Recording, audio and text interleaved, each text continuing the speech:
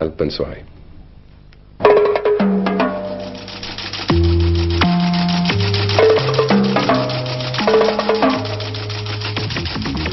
Victoire incontestable du parti radical en Argentine. C'est donc son leader Raúl Alfonsín qui sera le prochain président de la République argentine.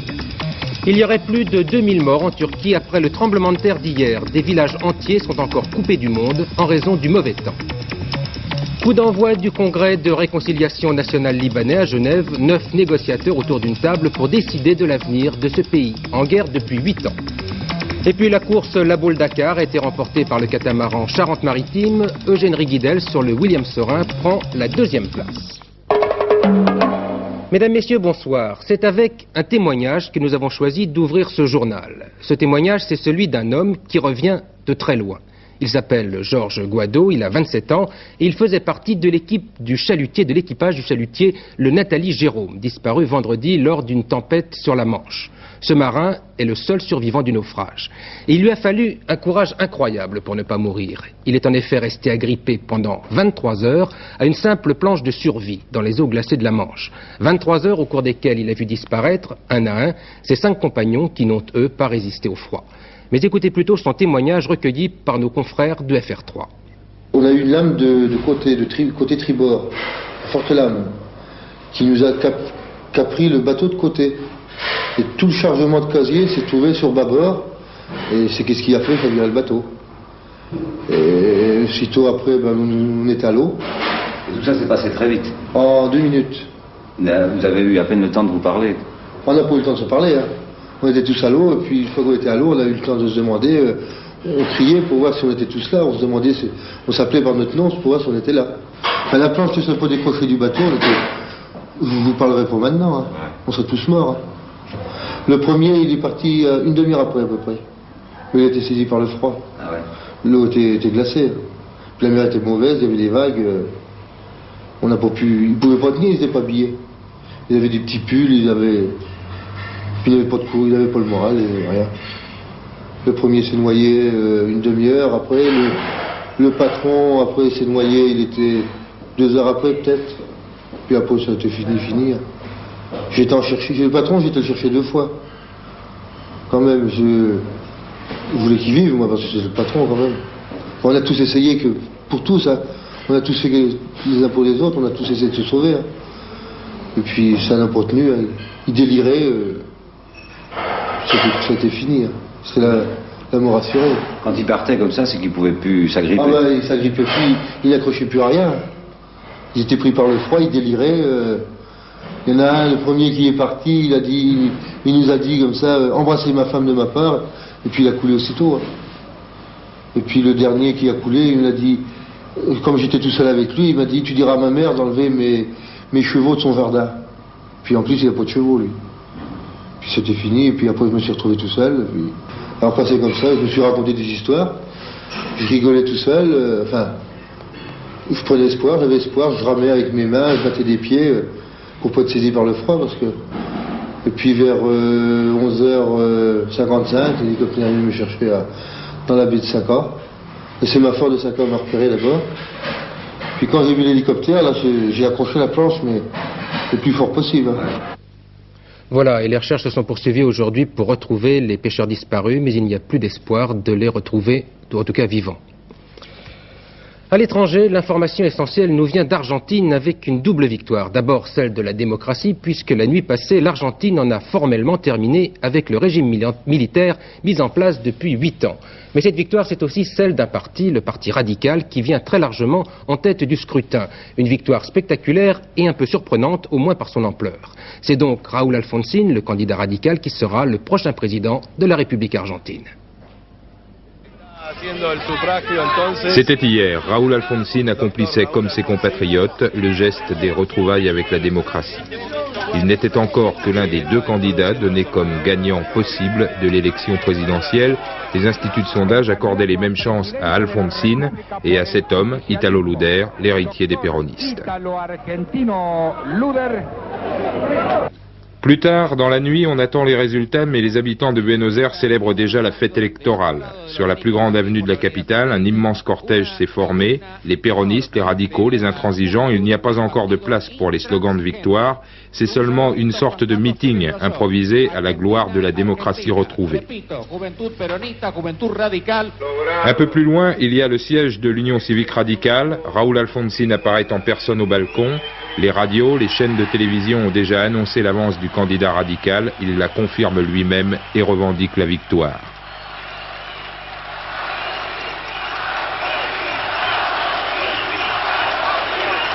Puis, Raúl Alfonsín parle à ses partisans. Il leur parle de paix, de prospérité pour l'Argentine, de convivialité, d'union nationale. Cet avocat affirme « Nous n'avons battu personne et pourtant, les radicaux viennent d'infliger aux péronistes leur première défaite électorale. » La personnalité d'Alfonsín y est sans doute pour quelque chose. Cet avocat obstiné a été l'un des seuls politiciens argentins à dénoncer la violence des militaires, ce qu'il appelait la sale guerre contre la guérilla, ou à demander des comptes aux généraux à propos des disparus.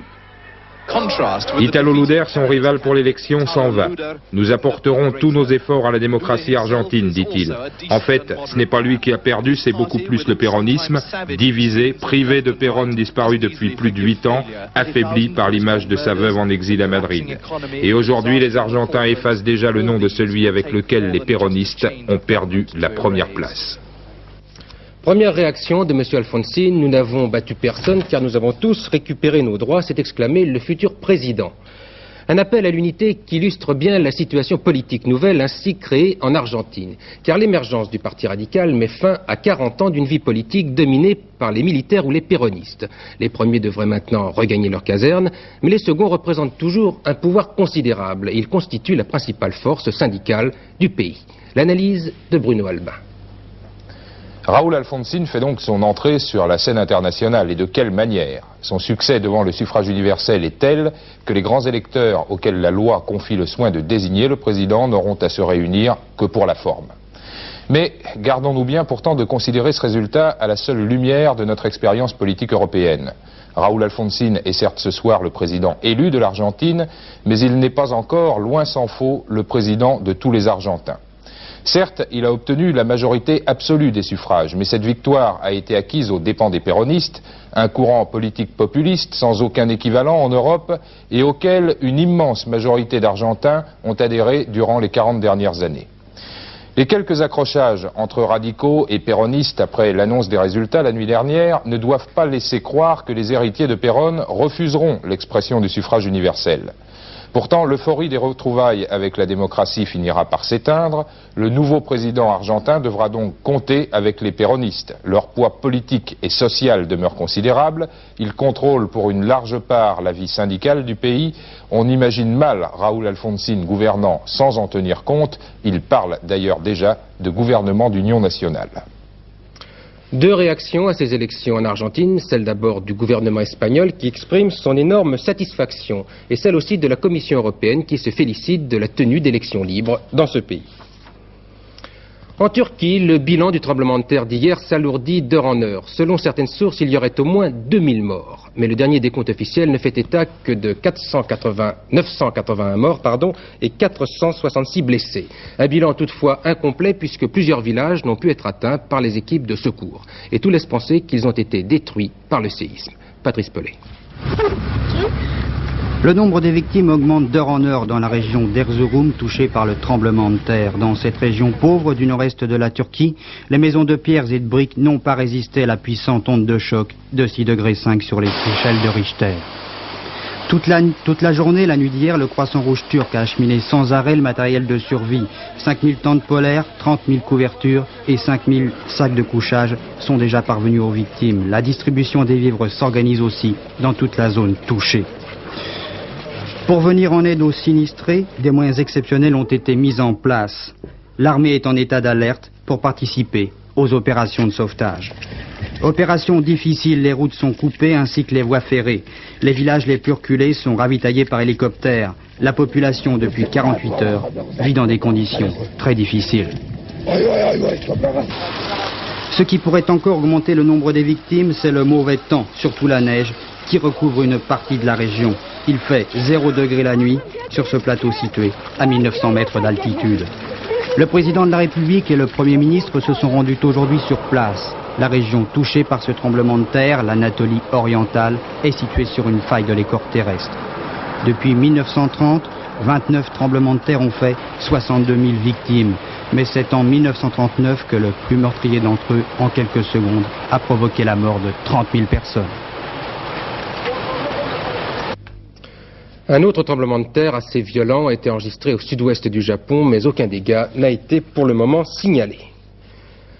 À Genève débute tout à l'heure du congrès de réconciliation nationale libanais. Des mesures de sécurité extrêmement importantes ont été prises dans la ville suisse où 9 hommes sont actuellement réunis pour déterminer l'avenir du Liban. De Genève, notre envoyé spécial, Jacques Abouchard. Une réunion de famille, c'est le premier trait de la rencontre de Genève. Mais quelle famille divisée, déchirée, écartelée. Une famille dont la plupart des membres ont atteint un âge canonique. Prenons d'abord les conservateurs, les partisans d'Amin Gemayel. Et pour commencer, Pierre Gemayel, le père du président, 79 ans, fondateur du Parti des Phalanges. Camille Chamoun, ancien président de la République, 83 ans. Saeb Slam, 79 ans, ancien chef du gouvernement.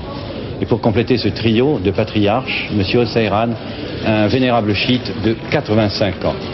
Eux, ils sont à Genève pour sauver le vieux Liban. Pas question, en ce qui les concerne, de toucher à la Constitution. Tout juste accepterait-il un léger coup de plumeau, mais pas question de toucher à l'équilibre confessionnel porteur de tant de privilèges. Dans le clan adverse, le clan pro-syrien, la moyenne d'âge chute malgré les 72 ans de M. Frangieh, ancien chef de l'État, et les 63 ans de M. Rachid Karameh, un musulman, ancien Premier ministre. C'est que leur allié Walid Jumblat, 35 ans, est le benjamin de la rencontre. À l'entendre, il veut tout changer au Liban, de fond en comble. Il le répète dans toute la presse suisse, pas question de faire des concessions. Vous le voyez, les positions de départ sont très éloignées. Et pour compléter cette galerie des portraits, un mot, si vous le voulez bien, des 2 observateurs qui sont dans la salle. Je devrais dire d'ailleurs plutôt les 2 parrains ou les 2 tuteurs. L'un, le Syrien, dont le gouvernement a toujours soufflé le chaud dans la crise libanaise. L'autre, le Séoudien, qui tente désespérément d'arrondir les angles. Oui, Jacques Abouchard m'a téléphoné il y a quelques instants pour me raconter une anecdote qui illustre assez bien l'ambiance de cette réunion de Genève. Juste avant l'ouverture de la conférence, l'ambassadeur du Liban à Berne demande à Walid Jumblat, qui participe à la conférence, de lui remettre son revolver. Refus de M. Jumblat, le diplomate insiste et le chef de Druze répond « d'accord, mais à condition que Amin Gemayel, le président libanais, donne lui aussi son arme ». Réponse de l'ambassadeur « c'est déjà fait ». Une anecdote, vous le voyez, assez riche d'enseignements. Le double attentat de Beyrouth sera sans doute très largement évoqué au cours des discussions qui se tiennent à Genève. Et aujourd'hui, 8 jours après la mort de 58 de leurs camarades, les soldats français ont repris leur patrouille dans la capitale libanaise. Reste la question que chacun se pose, qui est responsable de la tuerie? Les Américains ont accusé quelques heures seulement après l'attentat les milices pro-iraniennes, celles-là même qui se font appeler Amal islamique. Leur chef, Hussein Moussaoui, a toujours réfuté que ces hommes aient participé à ces 2 attentats. Notre envoyé spécial à Baalbek, Pierre Serra, a rencontré Hussein Moussaoui qui lui a confirmé que s'il approuvait les attentats commis contre les Français et les Américains, lui n'y était pour rien. Ni moi, ni Amal islamique, nous n'avons aucune relation avec ceux qui ont fait l'attentat contre les Américains et les Français à Beyrouth. Et les Américains qui m'accusent,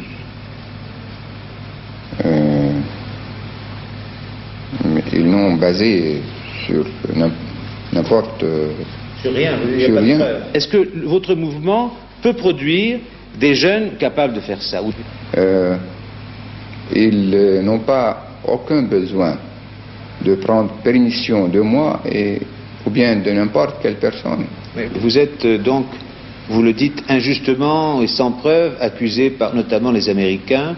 Ça implique des représailles. Est-ce que vous êtes prêt contre ces représailles possibles? S'ils font ça, là nous trouvons une très bonne occasion pour lutter contre les Américains, comme nous trouvons une très bonne occasion pour lutter contre les Israéliens qui sont entrés dans notre pays comme tyranniques. Vous avez des moyens de vous défendre si on vous attaque?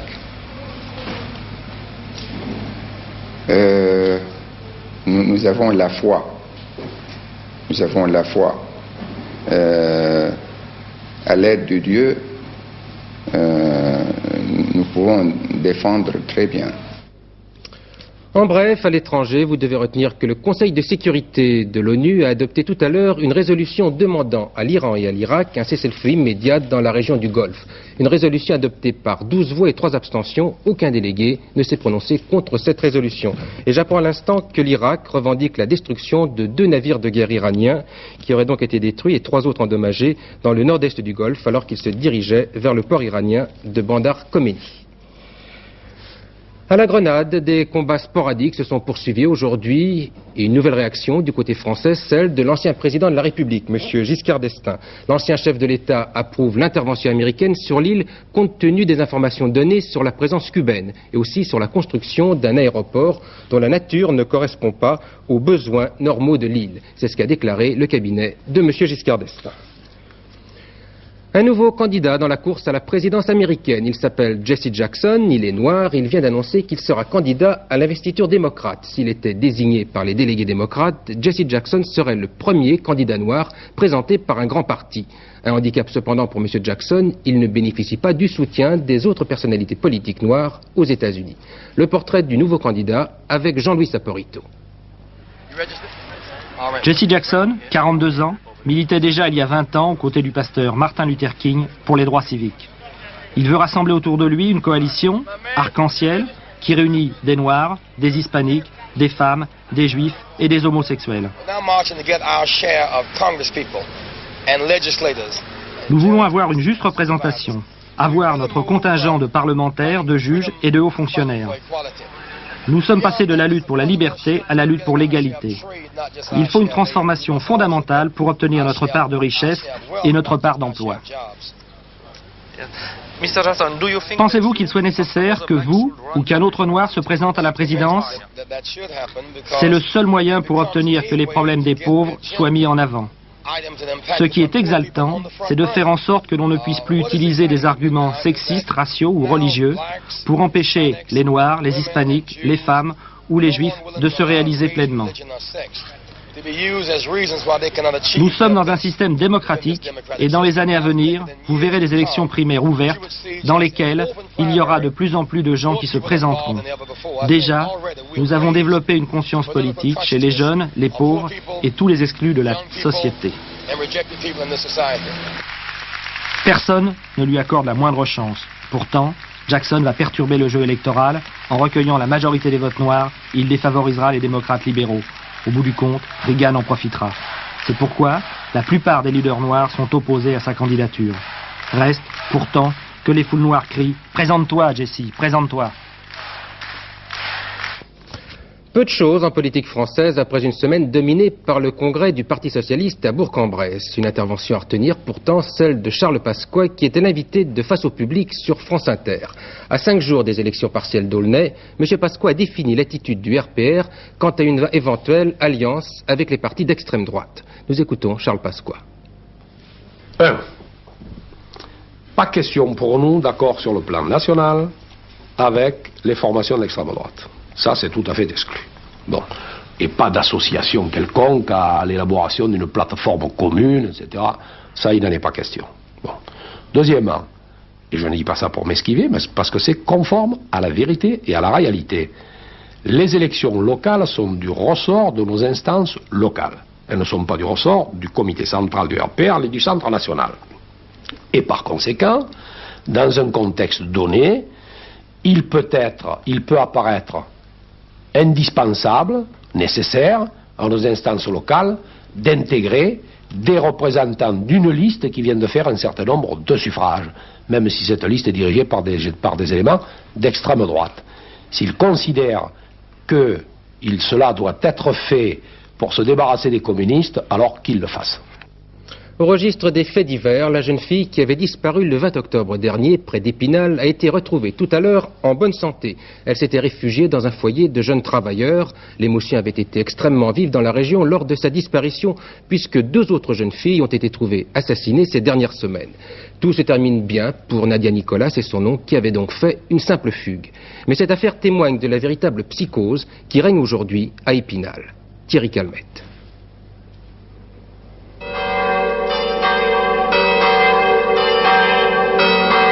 C'était le 15 octobre, un samedi, l'enterrement de Marie-Christine. Les policiers ont photographié tout le cortège funèbre. Simple routine, la police judiciaire de Nancy ne néglige rien. On a déjà vu un meurtrier assister à l'enterrement de ses victimes. Marie-Christine, 19 ans, son corps jeté dans la Moselle. Emmanuel, 18 ans, retrouvé dans un canal. 2 meurtres presque identiques, les victimes se ressemblaient. Il n'en fallait pas plus pour que le bruit se répande et se transforme en certitude. Épinal a son tueur, un maniaque qui s'en prend aux jeunes filles. Même ce matin, 3 fois, on m'a parlé d'une 3e victime. J'y crois pas, mais enfin, il y a tout de même un bruit. On sent que les gens ont peur, on pense beaucoup à ça. C'est ici, dans le vacarme et les lumières de la fête foraine, que Marie-Christine et Emmanuel ont rencontré leur assassin. Un samedi soir, après 11 heures, à 1 semaine d'intervalle. Elles y étaient venues seules, en habituées. À Épinal, la fête dure un mois, elle bat son plein chaque samedi. C'est souvent la fête? Non, pas très souvent. Non. C'est ce qui s'est passé moins souvent maintenant. Oui, je vais à tous les jours. Et vous êtes quand même revenu aujourd'hui? Oui. Il paraît que tout le monde a peur. Quand on est accompagné, non? Les 2 victimes, elles, n'ont pas eu la même prudence. Les choses n'arrivent qu'à certaines personnes. C'est malheureux, c'est comme ça. Marie-Christine habitait là, avec ses 10 frères et sœurs. Comme Emmanuel, elle ne trouvait pas de travail. Toutes 2 fréquentaient les mêmes endroits, les mêmes cafés. Elles recherchaient les mêmes plaisirs. 2 filles un peu perdues, un peu paumées, comme on dit. Il y en a d'autres comme elles dans les faubourgs de la ville. Tant que l'enquête n'aboutira pas, on aura peur, à Épinal, de retrouver d'autres corps dans la Moselle.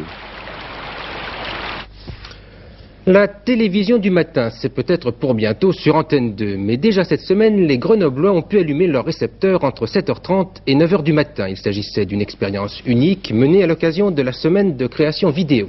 Tous les spectateurs ou téléspectateurs appartenaient aux villes nouvelles de Grenoble qui avaient été équipées de la télévision par câble en 1968 lors des Jeux Olympiques d'hiver. Le reportage de Jacques Violet sur cette première en France. Il est 7h30 dans le petit studio de Café Image. C'est le nom de la première télévision du petit matin. Journalistes et techniciens s'apprêtent à prendre l'antenne. Bonjour, 3e expérience aujourd'hui sur le câble. Nous vous l'avons dit, nous sommes tous les jours un peu plus proches de vous. Tous les jours, les choses évoluent. Et je vous propose dès maintenant d'aller faire un petit tour tout près de chez vous, de sortir de ces studios qui sont au cœur de la ville neuve de Grenoble-les-Chirolles pour rencontrer un personnage étonnant, Charlie. Ces émissions sont diffusées sur le réseau câblé de Grenoble, installé il y a presque 10 ans et pratiquement inutilisé depuis. Dans les étages de ces grands ensembles, les leftos jettent un œil distrait pour attraper quelques images en prenant leur petit déjeuner. Une télévision de quartier qui va vers son public. C'est vrai qu'on se sent plus concerné, on se retrouve, on retrouve le quartier, on retrouve Grenoble, on retrouve des gens qu'on connaît, et c'est intéressant à ce niveau-là. Ça me sert bien dans le cadre de mon travail, puisque j'ai des activités locales. Et par contre, je ne pense pas que si c'était des informations au niveau national, je regarderais, parce que je préfère lire les journaux pour cela. On commence par le Une trentaine de personnes auront donc travaillé pendant 5 jours et presque 5 nuits pour mener à bien cette télévision expérimentale. Les associations locales avec leurs bénévoles, aidés par des techniciens de FR3. Cette expérience a le mérite d'exister, mais sans grands moyens financiers. Séduire le téléspectateur dès son réveil n'est pas chose facile. Au niveau de la technique, c'est vrai que il faut un minimum d'organisation, il faut un minimum de professionnalisme. Autour de ce professionnalisme peuvent se greffer un certain nombre de gens qui ne le sont pas. Au contraire, je crois qu'il y a une question de motivation. Mais c'est vrai qu'il faut un noyau assez solide. 3, 2... Il y a juste un an, le gouvernement décidait de câbler la France. La télédistribution, la télévision de quartier, le câble sera la télévision de l'abondance. Aujourd'hui, la technique n'est plus un problème, restent les programmes. La création artistique audiovisuelle pourra-t-elle répondre aux besoins du câble? Les bonnes volontés des associations et des bénévoles, comme ici à Grenoble, ne semblent pas pouvoir satisfaire longtemps les téléspectateurs. Victoire du catamaran Charente-Maritime dans la course La Baule-Dakar. Une très belle victoire puisque ce bateau de 20 mètres barré par Philippe Palu de la Barrière avait bien des problèmes dans les dernières heures de la course après la rupture d'une de ses dérives. La deuxième place a été prise par Eugène Riguidel sur le trimaran William Sorin. C'est la troisième fois que Charente-Maritime remporte une course importante, une victoire exemplaire pour un bateau qui porte les couleurs d'une région et non pas d'une marque comme la plupart des autres concurrents engagés dans les grandes courses. L'exemple de Charente-Maritime est d'ailleurs déjà suivi par d'autres provinces qui trouvent là une forme de promotion particulièrement efficace. Roger Zabel. Philippe Palu de la Barrière, chercheur au CNRS, est un Rochelais, comme les 3 autres membres de l'équipage qu'il dirige. Conçu et fabriqué en Charente-Maritime, ce catamaran a été financé par le département et la région, ainsi que par des artisans, des industriels et une banque de cette même région. Alors, être le commanditaire d'un bateau lorsqu'on vend de la choucroute en boîte, cela se comprend aisément, mais pour une région, les retombées sont beaucoup moins évidentes.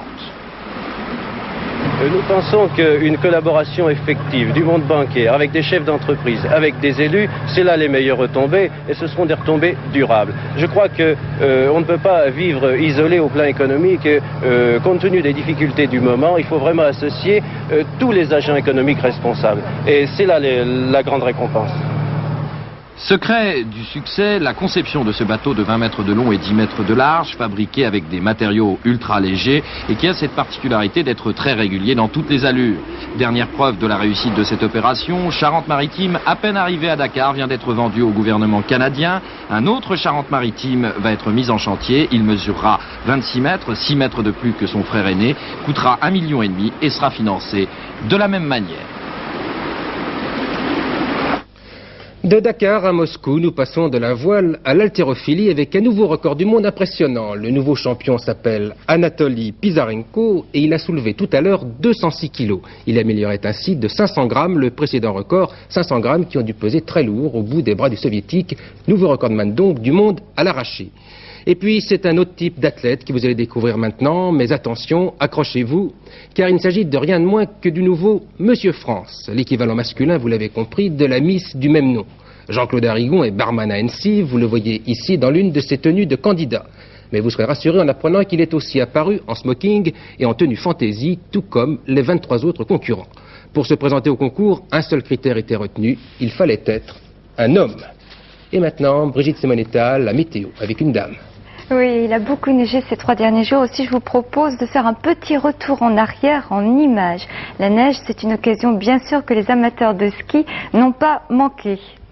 Nous sommes aux Deux Alpes et vous allez voir les images qui vont arriver. Voilà, nous sommes aux Deux Alpes qui fête son ouverture. Neige plus soleil, c'est un cocktail qui ne permet certes pas encore de rentabiliser la station, car il n'y a que 2500 skieurs par jour depuis vendredi, contre 20 000 en pleine saison. Mais cela rassure tout de même les responsables. Le glacier se remet bien de la canicule de juillet. La neige s'est manifestée aussi dans le sud du Massif central et les Pyrénées, provoquant des congères de plus d'1 mètre de haut et gênant la circulation. Moralité, à skieurs heureux, routiers malheureux. Cela dit, pour demain, la météorologie nationale ne parle plus ni de gelée ni de neige, car le thermomètre remonte. En fait, le ciel a besoin d'un bon coup de balai. D'ailleurs, là où le vent va souffler, il fera beau, et là où les vents seront faibles, il fera gris. Regardez la photo satellite. L'anticyclone est toujours centré sur le golfe de Gascogne, et comme il se déplace dans le sens des aiguilles d'une montre, il ramène sur la France l'air océanique, générateur de nuages et de brouillard surtout. Un coup d'œil sur la carte de demain. J'insiste vraiment sur ce brouillard, car il est déjà en formation sur la Bourgogne et l'est du pays. Demain, sur toute la moitié nord, demain matin, il sera épais. Et comme l'air est chargé d'humidité, la chaussée sera glissante, il faudra donc être prudent. L'après-midi, sur ces régions, les nuages resteront abondants, mais il ne pleuvra pas. Sur le sud-ouest, le temps sera variable, c'est-à-dire une succession de nuages et d'éclaircies. Et sur le sud-est, il fera vraiment beau, de la Corse à la Côte d'Azur, à la vallée du Rhône et aux Langues-de-Roussillon, parce que le Mistral se lève. Il faut savoir qu'il souffle très violemment, une moyenne de 80 km/h, avec des rafales qui peuvent atteindre 100 km/h. Alors attention, la mer est forte. Je vous le disais, le thermomètre remonte, les températures seront relativement agréables dans l'après-midi, de 9 à 13 degrés sur la moitié nord, de 10 à 20 degrés maximum à Nice sur la moitié sud. Demain, mardi 1er novembre, le soleil se lèvera à 7h38, se couchera à 17h30. Ce sera bien sûr la fête religieuse de la Toussaint. Et comme vous serez nombreux à prendre la route, Bison Futé vous renseigne non pas sur les heures de départ, mais sur les heures d'arrivée. Essayez de ne pas vous trouver aux abords des grandes villes entre 15h et 22h. Et cela est valable aussi bien pour demain mardi que pour mercredi 2 novembre. Entre 15h et 22h, il faut éviter les grandes routes. Les grandes villes plutôt. Les grandes villes donc. Voilà, fin de ce journal. Vous avez rendez-vous à 23h05, aux environs de 23h05, avec Hervé Claude pour les toutes dernières nouvelles et un débat qui opposera Georges Mamy du Nouvel Observateur à Christine Claire du Figaro Magazine. Le thème du débat, après le congrès du Parti Socialiste de Bourg-en-Bresse. 12h45 demain, Daniel Bilalian. 18h30, c'est la vie. Quant à moi, je vous retrouverai à 20h. Je vous souhaite une excellente soirée.